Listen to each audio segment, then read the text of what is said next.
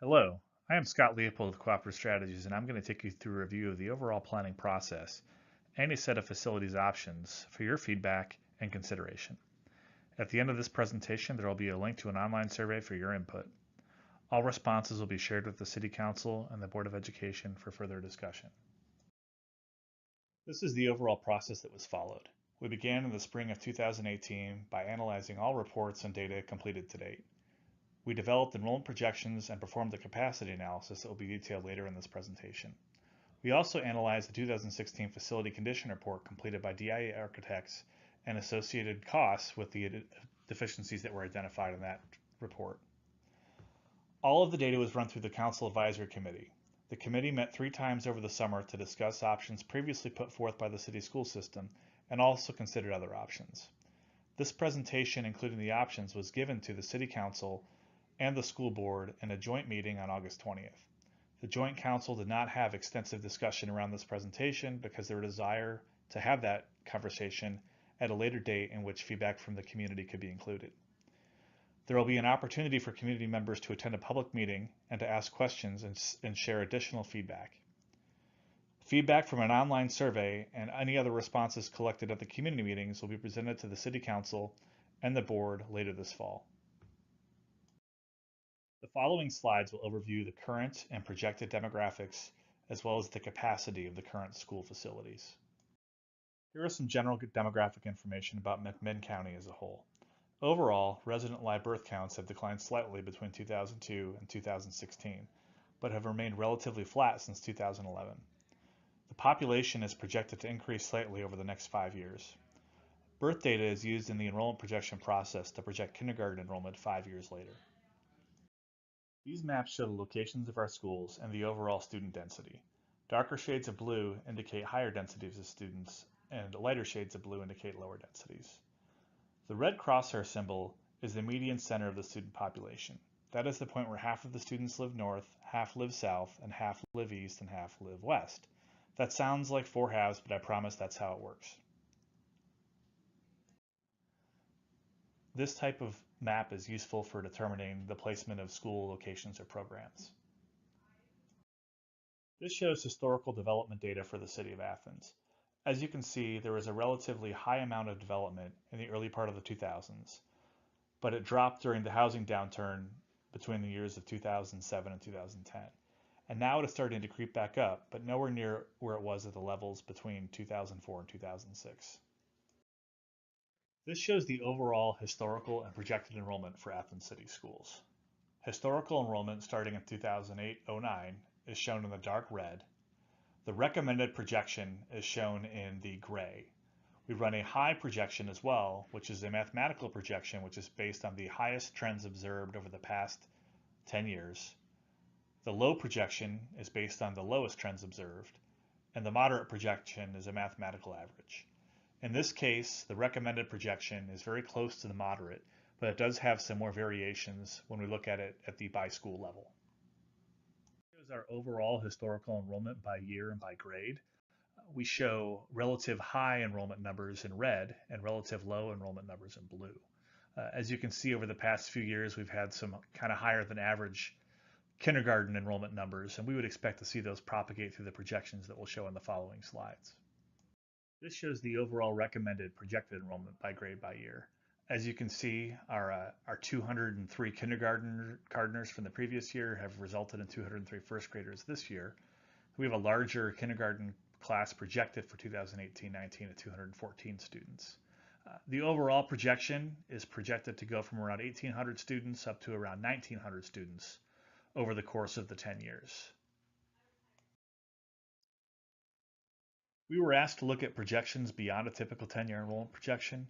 Based on current birth and enrollment trends, we do not see any factors that would indicate a major change in enrollment. We recommend that the city monitor enrollment and birth data annually and update projections as needed. This is a live-in and attend analysis. This cross-references the boundaries of the students reside in against the schools they attend. The big takeaway from this data is that there are 309 students that come into the city schools from outside of the city limits. Our next step was to analyze capacity for all of the facilities. The following capacities were given to each classroom by grade level. 20 students per classroom for K through 3, 25 for 4 through 6, and 30 for 7th and 8th.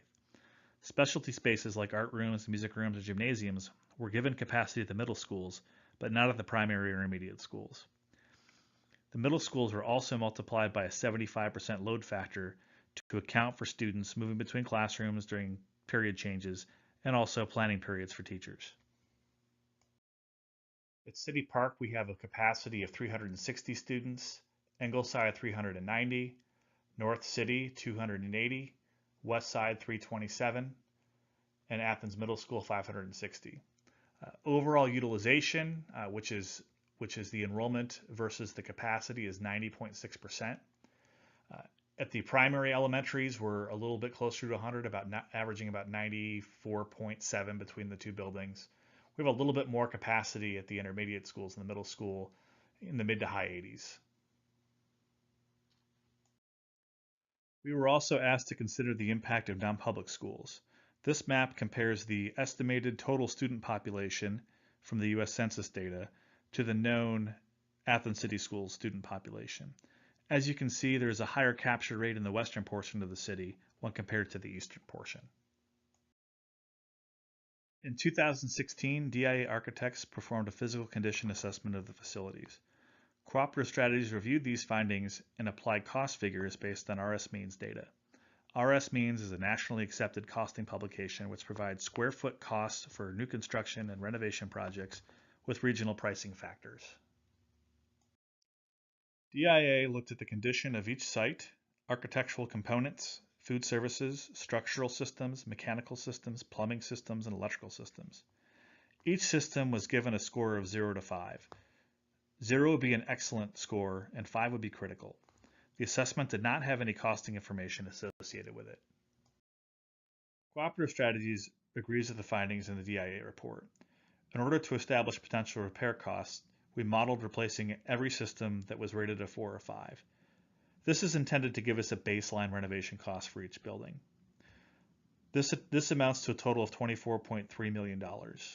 Again, this is not a total replacement cost or renovation cost for all of the buildings. This is just the cost that we'd have to remedy the deficiencies that are a 4 or a 5.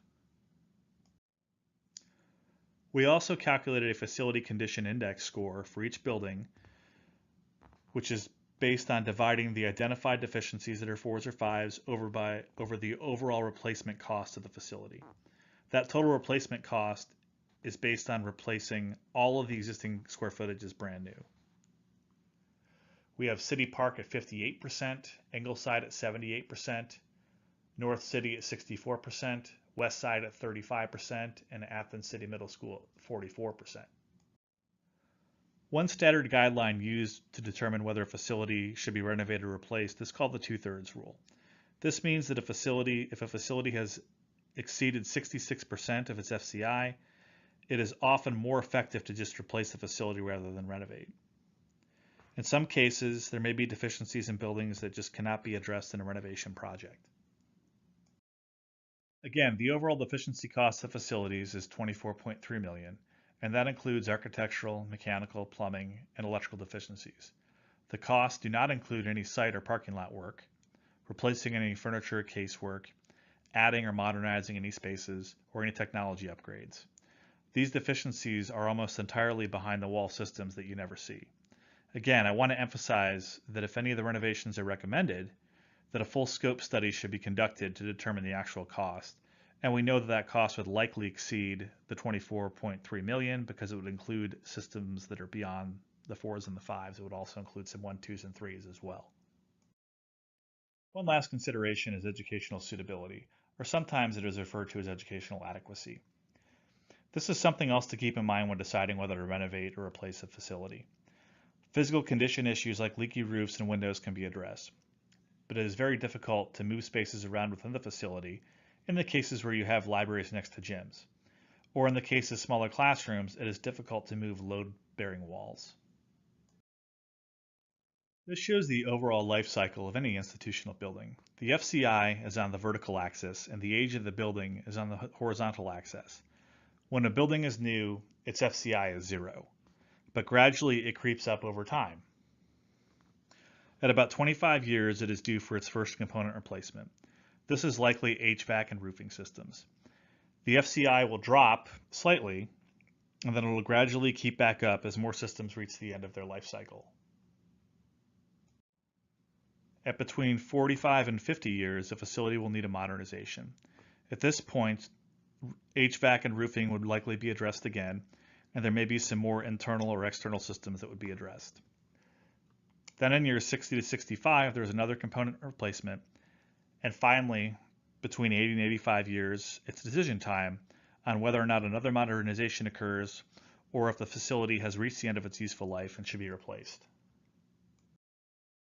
This is the same chart, but we plotted all of the existing facilities on it.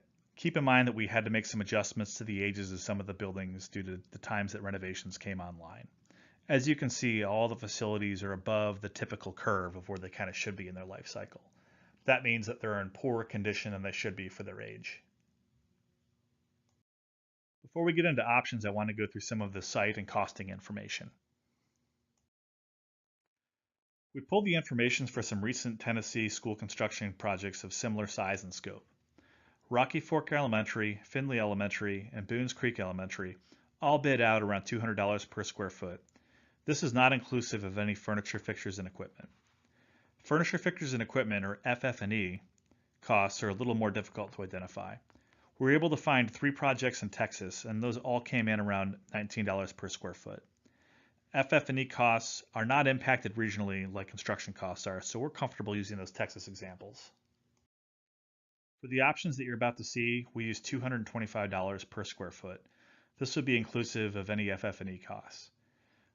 Included in that number of $225, we'll have standard site preparation, but any extensive grading may have an additional cost.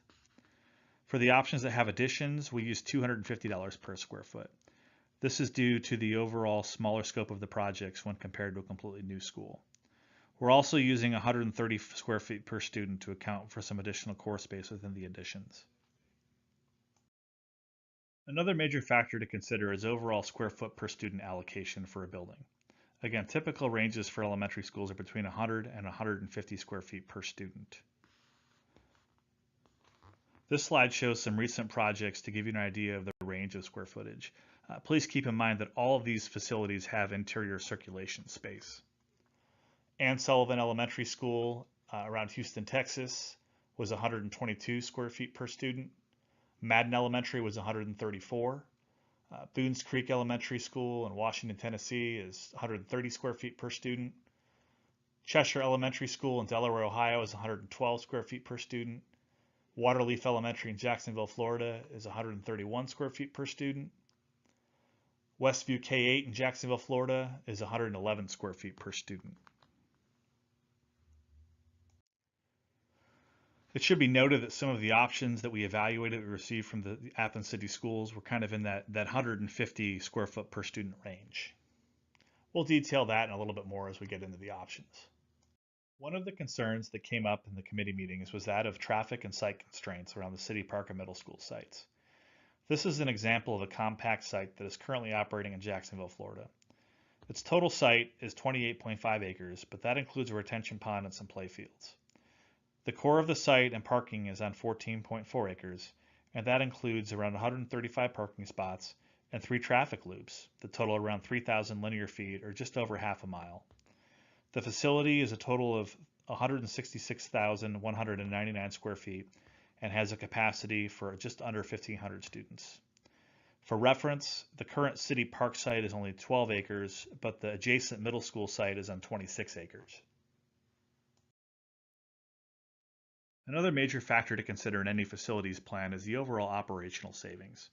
This is data that was collected from ACS, and it shows an estimated operational savings of around $635,000 by moving from 4 buildings down to 1 at the K-5 level. On average, utility spendings for a new facility is around $1.25 per square foot. Currently, the elementaries are about $1.40 a square foot, and the middle school is around 99 cents per square foot. This very efficient design at the middle school and lack of windows leads to that very efficient number. In May of 2017, there was a traffic study conducted to assess the requirements of increased traffic flow around the City Park and middle school sites. It is feasible with some additional curb cuts, turn lanes, and adjustment to some traffic flow.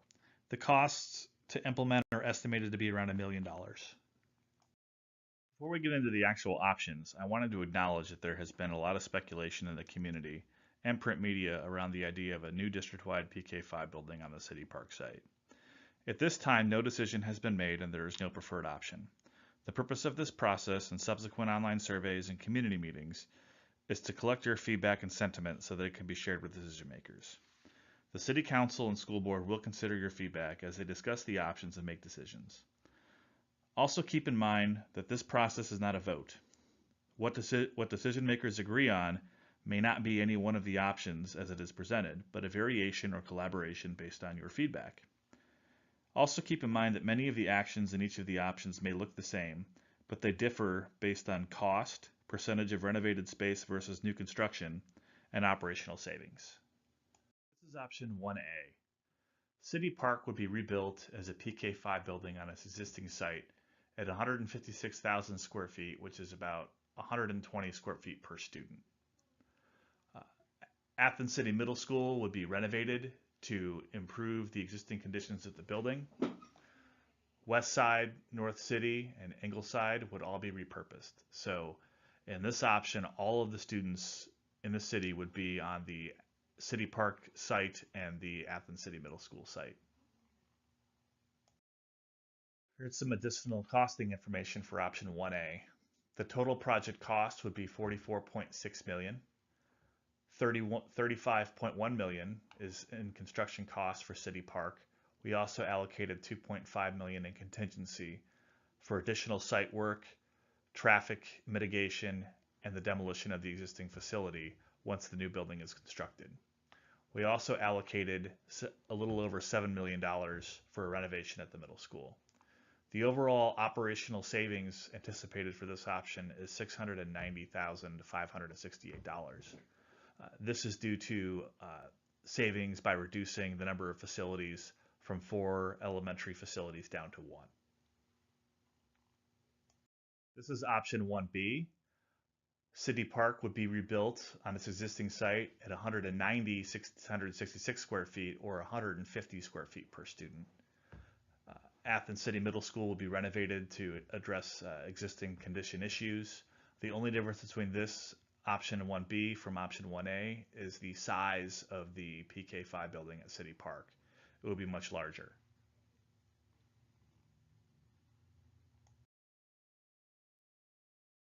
Here's our additional costing information for option 1B. Our total cost is going to be $52.4 million. We've got a little under $43 million in construction costs at City Park, and this is due to the larger size of the building at 666 square feet. We've also added the $2.5 million contingency for additional site work, traffic mitigation, and the demolition of the existing building once the new construction is completed. We have the same $7 million renovation dollars pointed at the middle school. Our overall operational savings is just under $650,000 per year. And again, that is due to the reduction of the 3 other elementary schools. This is option 2A. We would have a renovation to the existing building plus an addition at West Side. That would serve as a district-wide PK2 that would serve all city students. We would also have a renovation of the existing space and an addition at City Park, which would serve as the companion 3-5 for the rest of the elementary students. We would then have the renovation at the middle school to address the current deficiencies. North City and Ingleside would both be repurposed. Here's our costing information for option 2A. The total cost for this option is $38.4 million. That's a $10.8 million renovation addition at City Park, and we also added $2 million in contingency for additional site work and traffic mitigation. $16.4 million at West Side, and again another $2 million for additional site work and traffic mitigation. We have the same $7 million pointed at the middle school for renovation of the existing deficiencies. Again, that brings our total up to $38.4 million. Our total renovation costs are around 13.8, and our new construction costs are 20.5. Our total operational savings in this option is $672,000 per year. And again, this is due to the efficiencies that we would have by eliminating Ingleside and North City facilities. And we would have all the students in the same grade in the same building. So again, PK through 2 at West Side, 3-5 at City Park. This is option 2A. We would have a renovation to the existing building plus an addition at West Side. That would serve as a district-wide PK2 that would serve all city students. We would also have a renovation of the existing space and an addition at City Park, which would serve as the companion 3-5 for the rest of the elementary students. We would then have the renovation at the middle school to address the current deficiencies. North City and Ingleside would both be repurposed. Here's the costing information for option 2B. This is $48.9 million. And again, this is the same configuration as option 2A, with West Side being the PK2 building, City Park being the 3-5. But instead of being a renovation addition, this would just be completely new construction. And so again, we'd have a new facility at City Park for $15.7 million and a new facility at West Side for $21.093 million. And again, we have our $2.5 million for site, traffic, and demolition contingency here. Same thing down here, site, traffic, and demolition. This is option 3A. We would have renovations and an addition to Ingleside, and it would stay as a PK2 building that would serve the eastern portion of the city. We would also have renovation and additions to West Side that would serve PK2 on the western portion of the city. We would also have renovations and additions to City Park to serve as the citywide 3-5 facility. And then we would have our renovations to Athens City Middle School. Here's our costing information for option 3A. Our total cost would be $34.7 million. Again, we would have renovations and additions to City Park to make it the citywide or district-wide 3-5. Just under $11 million in construction costs there. We do have an additional $2 million in contingency for site and traffic. Ingleside, we would again have a renovation and addition to make that a PK through 2 building. It would end up being about 57,000 square feet. It's about 47,000 now. Total cost would be $8.4 million. West Side, same kind of deal. Our total cost would be $6.3 million. And again, a renovation at the middle school is that just over $7 million. Again, our total cost here, $34.7. The big consideration with this option is that we only have an operational savings of $175,000 per year. And that's because we're still splitting the PK2 population of the city between the two buildings. And so we don't have that cost savings like we do in the other options in this option. Another consideration for this option is to maybe consider building Ingleside larger and not having an addition at West Side, but knowing that we'd have to have some rezoning. So the cost might change a little bit, but that's just another consideration that we've talked about. This is option 3B. It's very similar to option 3A, but instead of renovation and additions, we're using new construction. So rebuild Ingleside as a PK2 building, we would rebuild West Side as a PK2 building, and we would rebuild City Park as a 3-5 building. And again, the middle school will be renovated. North City would be repurposed, again, in option 3A or in option 3B. Here's our costing information for option 3B. Our total costs here are $51.9 million. Again, we've got our new construction at City Park at $15.75 million. Ingleside, just shy of $13 million, just shy of $13 million at West Side. We did build in some contingency for the City Park project for site, traffic, and demolition. We also added some contingency for demolition at Ingleside and West Side. Again, our overall cost is just shy of $52 million. And again, like option 3A, we didn't get the same cost savings. We're only $178,000 per year in cost savings in this option. Overall option summary. This compares some kind of critical information for each of the options against each other in a format where you can consider these things and make your decisions and form your opinion. Option 1A, again, this rebuilds City Park as a PK5 at 120 square feet per student. 1B is 150 square feet per student. So you can see our total renovated square footage is the same because that's the middle school. Our new square footage is either 156,000 for the smaller PK5 building or a little over 190,000 for the larger PK5 building. Our overall square foot per student in option 1A is 133, and 1B it's 152. Our total square footage about 253,000 in 1A, 288,000 in 1B. Looking at our total costs, we're 44.6 million for 1A and 52.4 million for 1B. And our operational savings is just shy of 7 million for 1A and about 6.5 million for 1B. Looking at options 2A and 2B, again, these are kind of similar to 1 and 1A, but instead of everybody being on City Park, all the PK through 2 students would be at West Side, and all the 3-5 students would be at City Park, and then we would again have the middle school renovated. In option 2A, this is a renovation option, and so we would have much more renovated space than we would new space, 185,000 square feet versus 82,000 square feet. Our overall square foot per student would be 141.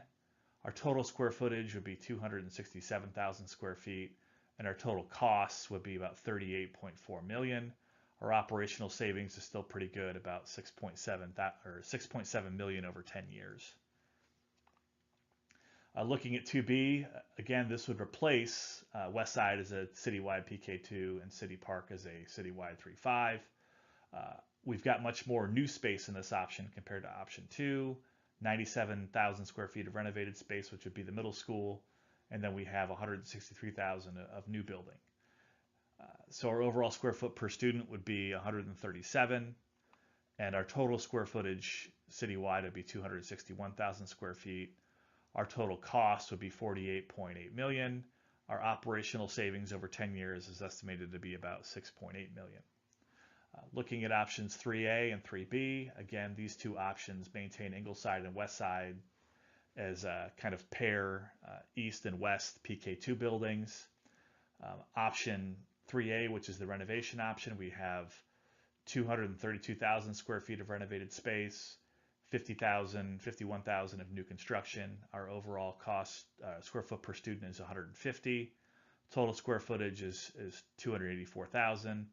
Our total costs are just shy of 35 million, but our operational savings over 10 years is only 1.7 million. Looking at option 3B, this kind of flips here. We have only the middle school that would remain as renovated, and then 184,000 square feet of new facility between Ingleside, West Side, and City Park. Our overall square foot per student would be 148. Our total project cost is just shy of 52 million, but again, we don't have a large operational savings over 10 years. So it's just important to kind of weigh this information as you kind of form your opinion. There's really a balance between how much new facility we want and how much it's going to cost. Keep in mind in the options that we do have more renovated space, that space is going to get older faster because it's already existing space. And so these options may not last as long as options that have more new construction, but the options that have more new construction are going to be more costly up front. And so I would just consider those things as you kind of weigh these options and form your opinion. One other concept that came out of the Council Advisory Committee was to look at the idea of constructing a totally new PK8 facility, which would replace all the elementary schools and the middle school. The only site that would really make sense to do this on would be the combined City Park and middle school site. We didn't include this at the options, but we are going to collect feedback on the survey about this. The new school would have to have a capacity for 1,900 students. It would be one building. The total square footage would be around 228,000. Our total project cost would be 51.3 million. We added a contingency for site, traffic, and demolition of 3 million. So our estimated total cost is $54.3 million for this project. Our annual operational savings is going to be pretty close to what we had in the options 1A, and so we're about $700,000 per year in operational savings by doing this. Also note that if this were considered, the portion of Keith Lane that kind of runs through the two sites would probably have to be removed to make room for the new building, especially if students were to remain at City Park and the middle school during construction of a new K-8. And so this is just another kind of option that kind of came out of the committee that we wanted you to think about, provide feedback on. One other area that we were asked to explore was the idea of consolidating Athens City Schools with McMinn County Schools. I'm going to go through some background information that everybody has a clear platform to understand exactly what this means. What this consolidation would mean is that the city school board would recuse its charter, and there would have to be a dedicated process with state oversight. Essentially, management and operation and ownership of the facilities would transfer over to McMinn County. The city could save approximately $3 million annually. This kind of shows just some of the data behind it. If we look at the capacity figures between Athens and McMinn County schools, there is some capacity in McMinn County to take on Athens students, but just because the systems would consolidate, that does not mean that students would have to leave Athens City Schools and go to McMinn County schools. The Athens City Schools would essentially become McMinn County schools. But there would likely have to be some kind of planning process within the new organization to more efficiently educate students, because we would have an excess of capacity. This shows just some standardized test scores. This is English and Language Arts from the 2016-17 TCAP. We show this with the blues being positive, on track or mastered, and then the pinks and the reds would show approaching basic understanding or having a below basic understanding. And so this shows us that the Athens City Schools was ahead of McMinn County and the state as a whole on this test in 2016-17. Here is the same data for math. Again, we show Athens a little bit ahead of McMinn County and the state as a whole. Looking at the science scores, McMinn County was a little bit ahead, and Athens was right at about the same level as the state as an average. Here's a little bit more data. This is pulled from the state report card for 2016-17 school year. It's important to kind of just look at some of these factors, but keep in mind that these are system-wide, and so when we look at some of these factors, know that we do have high school students that live in Athens in some of this McMinn County data. But overall, kind of the big takeaway here is Athens City Schools, our per pupil expenditure is $10,983 per student. McMinn County was just about $2,000 less per year, and then the state was kind of right in the middle. Some of the other factors to look at: economically disadvantaged, Athens is about 40%, McMinn County is about 28.6%, English language learners, Athens 3.2, McMinn County 1.5. Students with disabilities pretty close to the same. Student to teacher ratio in Athens is a little bit lower. McMinn County at 15, McMinn County is at 16.4. So again, this is just some of the comparison between the two systems. Thank you for taking the time to view this presentation. Here's our project website that has all the content related to the process, along with the online survey. The survey will remain active through October 15th. The Council Advisory Committee will review the feedback, and then all information will be presented on a joint school board city council meeting sometime in November. Thank you very much.